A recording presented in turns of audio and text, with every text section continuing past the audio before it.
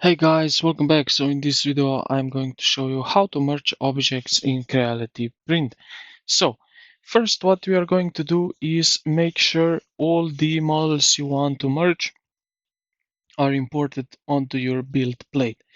Now hold down the Ctrl key or CMD on Mac on your keyboard and click on each object you want to combine. So let's do that like so. Now I have selected both of them. With all objects highlighted, right-click anywhere on the selected models to open the context menu and scroll down to the menu and click on Assemble. So right here is the first one. Now,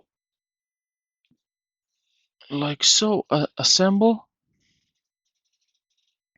Look at your object's list panel on the sides of the screen. You will see now that here on the left side you will now see single parent item named assembly, and below you have every separate item also listed out. And you can now move, scale, rotate, or slice the merged models as a single uh, choosive unit without the piece shifting out of alignment. And yeah, this is basically it. I hope this video helped you out. If you did, consider to like the video and subscribe to the channel. Thank you for watching, and I will see you in the next.